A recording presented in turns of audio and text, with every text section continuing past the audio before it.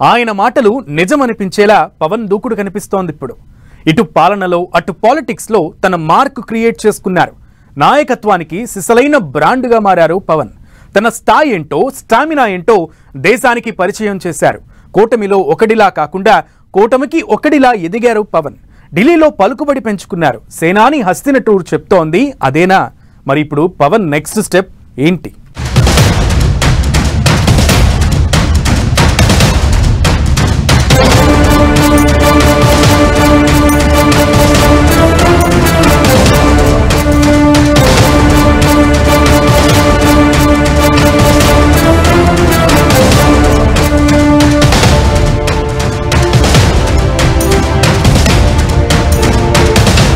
ఢిల్లీ నుంచి గల్లీ వరకు పవన్ దూకుడు. పాలనలో పాలిటిక్స్ లో స్పెషల్ బ్రాండ్. ఇప్పుడు దేశం కళ్ళన్నీ పవన్ కళ్యాణ్ వైపే. పాన్ ఇండియా పొలిటికల్ స్టార్ గా పవన్. పవన్ దూకుడు వెనక సీక్రెట్ ఏంటి? ఆయన అడిగారంటే అయిపోయి తీరాల్సిందంతే. పవన్ హస్తిన టూర్ చెబుతోంది ఇదే. పవన్ ని ఆంधी है ఆయన పవనం కాదు తుఫాన్ అని పదే పదే చెప్పే మోదీ పవన్ కు మంచి ప్రాధాన్యత ఇస్తున్నారు. పవన్ ఢిల్లీ టూర్ చాలా ప్రశ్నలకు అంతకు మించిన సమాధానాలను మిగిల్చింది. కూటమి సర్కార్ అధికారంలోకొచ్చిన తరువాత పవన్ ఒంటరిగా వెళ్లిన తొలి పర్యటన ఇదే. జూన్లో 2-3 సార్లు ఢిల్లీ వెళ్లినా వాటికి వేర్వేరు కారణాలు ఉన్నాయి. సీఎం చంద్రబాబుతో కలిసి కూడా పవన్ వెళ్లారు. అయితే వాటికి ఇప్పుడు పవన్ పర్యటనకు సంబంధం లేదు. ఆయన డిప్యూటీ సీఎం హోదాలో పంచాయతీ గ్రామీణాభివృద్ధి శాఖ మంత్రిగానే ఒంటరిగా ఢిల్లీలో పర్యటించారు. రాష్ట్రానికి సంబంధించిన అనేక అంశాలపై ఏళ్లుగా పెండింగ్ లో ఉన్న విషయాలను కేంద్రం పెద్దలతో చర్చించారు. అఖండ గోదావరి, గండికోట ప్రాజెక్టుల అభివృద్ధికి మార్గం సుగమం చేసుకున్నారు. నిధులు కూడా మంజూరు చేయించుకున్నారు. ఇక రాష్ట్రంలోని గ్రామీణ ప్రాంతాల్లో 30 లక్షల ఇళ్లకు కుళాయి కనెక్షన్లు లేని విషయాన్ని కేంద్రం దృష్టికి తీసుకెళ్లారు. జల్ జీవన్ మిషన్ ద్వారా నిధులివ్వాలని కోరారు. దీనికి కేంద్రం ఓకే చెప్పింది. ఇలా పవన్ అడిగారంటే అయి తీరాల్సిందే అన్నట్లుగా కనిపించింది సీన్. పవన్ అడిగారు కదా అని ఓ క్షణం కూడా ఆగకుండా కేంద్రం గ్రీన్ సిగ్నల్ ఇచ్చేస్తోంది. ఆ స్థాయిలో ఆయన ఢిల్లీ లెవెల్లో పలుకుబడి పెంచుకున్నారు. ఢిల్లీ నుంచి నేరుగా ఏపీలో ల్యాండ్ అయిన పవన్ మరోసారి తన దూకుడేంటో చూపించారు. కాకినాడ పోర్టులో రేషన్ బియ్యం అక్రమ రవాణాపై సీరియస్ అయ్యారు. సముద్రంలో సుమారు 9 నాటికల్ మైళ్ల దూరంలో రవాణాకు సిద్ధమైన 640 టన్నుల బియ్యం పట్టుబడిన స్టెల్లా ఎల్ పనామా షిప్ దగ్గరకు స్వయంగా వెళ్లి చూశారు. నౌకలో ఉన్న 38,000 మెట్రిక్ టన్నుల బియ్యం ఎవరు సరఫరా చేశారని అధికారులను ప్రశ్నించారు. పోర్టు నుంచి ఇంత భారీగా బియ్యం రవాణా అవుతుంటే ఏం చేస్తున్నారని ఫైర్ అయ్యారు. ప్రతిసారి ప్రజా ప్రతినిధులు, నాయకులు వచ్చి బియ్యం అక్రమ రవాణా ఆపితేగాని చర్యలు తీసుకోలేరా అంటూ ఆగ్రహం వ్యక్తం చేశారు. అక్రమాలపై స్థానిక టీడీపీ ఎమ్మెల్యే వనమాడి చర్యలు తీసుకోకపోవడంపై పవన్ అసహనం వ్యక్తం చేశారు. అసెంబ్లీలో దీని గురించి ఎందుకు మాట్లాడలేదని ఆగ్రహం వ్యక్తం చేశారు. అధికారులు అక్రమార్కులకు సహకరించడం పద్ధతిగా లేదని ఫైర్ అయ్యారు. నిర్లక్ష్య వైఖరి మానుకోకపోతే కఠిన చర్యలు తప్పవంటూ అధికారులను హెచ్చరించారు కూడా.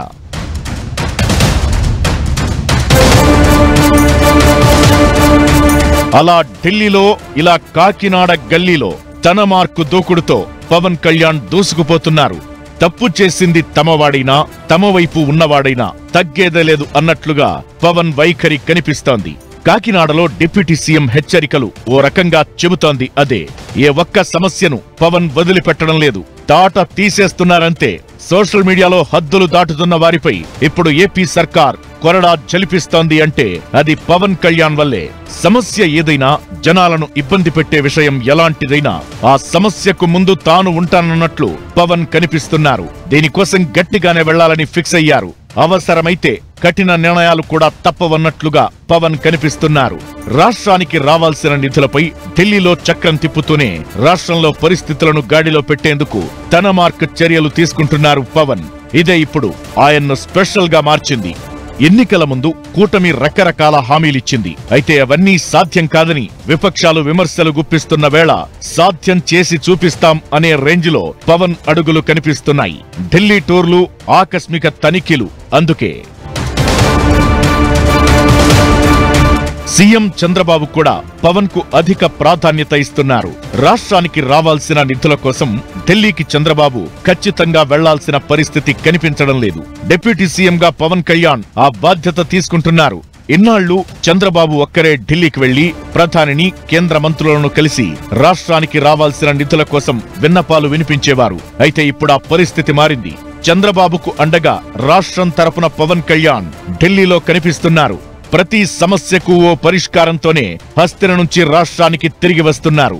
కేంద్రంలోని ఎన్డీఏ సర్కార్లో కీలకం కావడంతో ఢిల్లీలో పవన్ కు పలుకుబడి పెరిగింది.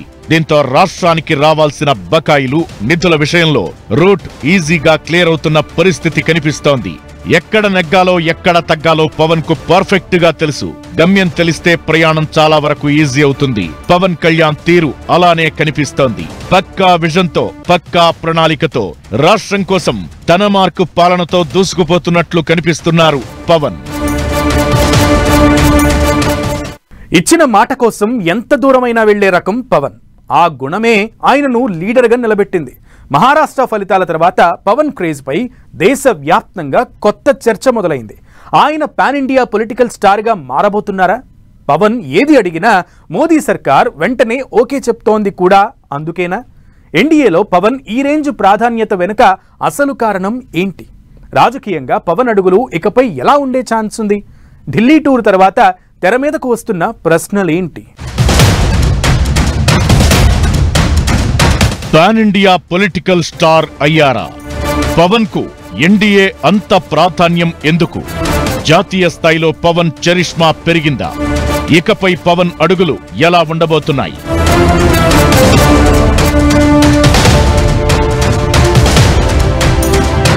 పవన్ కళ్యాణ్ అనేది పేరు మాత్రమే కాదు, ఓ ఎమోషన్. చాలా మంది అభిమానులు, అనుచరులు చెప్పే మాట ఇది.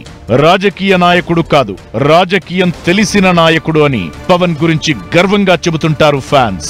దానగుణం, సమస్యలపై స్పందించే తీరు రాజకీయాలకు అతీతంగా ఆయన్ను నిజమైన లీడర్గా నిలిపింది. ఈ క్రేజే కోట్ల మంది అభిమానులకు కారణమైంది. ఆయన మాటను శాసనంగా మార్చింది అనే అభిప్రాయాలు కూడా ఉన్నాయి. ఆయన ఓ మాట అన్నా, ఓ నిర్ణయం తీసుకున్నా ఆ రీచ్ ఇంకో లెవెల్ అంతే. అదే ఇప్పుడు ఎన్డీఏకు కలిసొస్తుందా అంటే అవును అనే సమాధానమే వినిపిస్తోంది. అందుకే పవన్ కళ్యాణ్ కు ఎన్డీఏ ఎక్కడ లేని ప్రాధాన్యం కల్పిస్తోంది. కూటమిలో ఒకడిలా కాకుండా కూటమికి ఒకడిలా చూస్తోంది. ఢిల్లీలో ఆయన చక్రం తిప్పడానికి కారణం కూడా అదే. పవన్ ప్రచారం చేస్తే చాలు ఓట్లు వచ్చి పడుతున్నాయి. మహారాష్ట్రలో అదే జరిగింది. పవన్ ప్రచారం చేసిన ప్రతి చోట ఎన్డీఏ కూటమి అద్భుత విజయం సాధించింది. పవన్ ప్రచారం వల్లే గెలిచామని ఎమ్మెల్యేలు బహిరంగంగా చెప్పేస్తున్నారంటే ఆయన క్రేజ్ అర్థం చేసుకోవచ్చు. ఏపీలో కూటమి ఏర్పాటులో కీలకంగా కనిపించిన పవన్ విజయంలోనూ అదే స్థాయి పాత్ర పోషించారు. ఈయన పవనం మాత్రమే కాదు, తుఫాన్ అని మోదీ అంతలా పొగిడింది. అందుకే సొంత ప్రభుత్వంలోని లోపాలను కూడా ఎలాంటి మొహమాటం లేకుండా ఎత్తి చూపుతూ పాలనలోనూ తనదైన ముద్ర వేసుకున్నారు.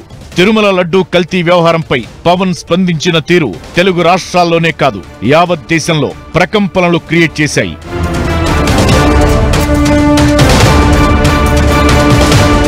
ఇంతింతై అన్నట్లుగా జాతీయ స్థాయిలో పవన్ తన పలుకుబడిని చాటుకుంటున్నారు.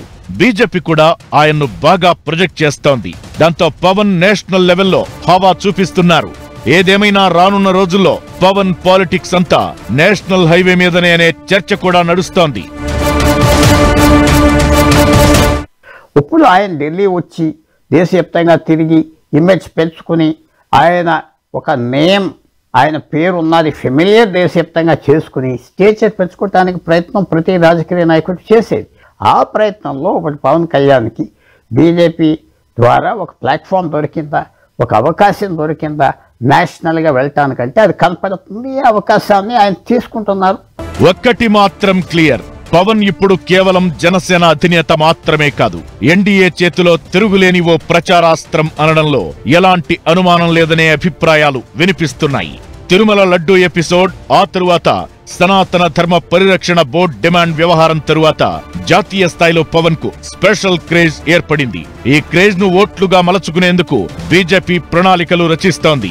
ఢిల్లీలో 2025 ఫిబ్రవరిలో అసెంబ్లీ ఎన్నికలు జరగనున్నాయి. వరుసగా 3 సార్లు కేంద్రంలో అధికారం చేపట్టిన ఢిల్లీ అసెంబ్లీ పీఠం మాత్రం బీజేపీకి అందని ద్రాక్షగా మిగిలింది.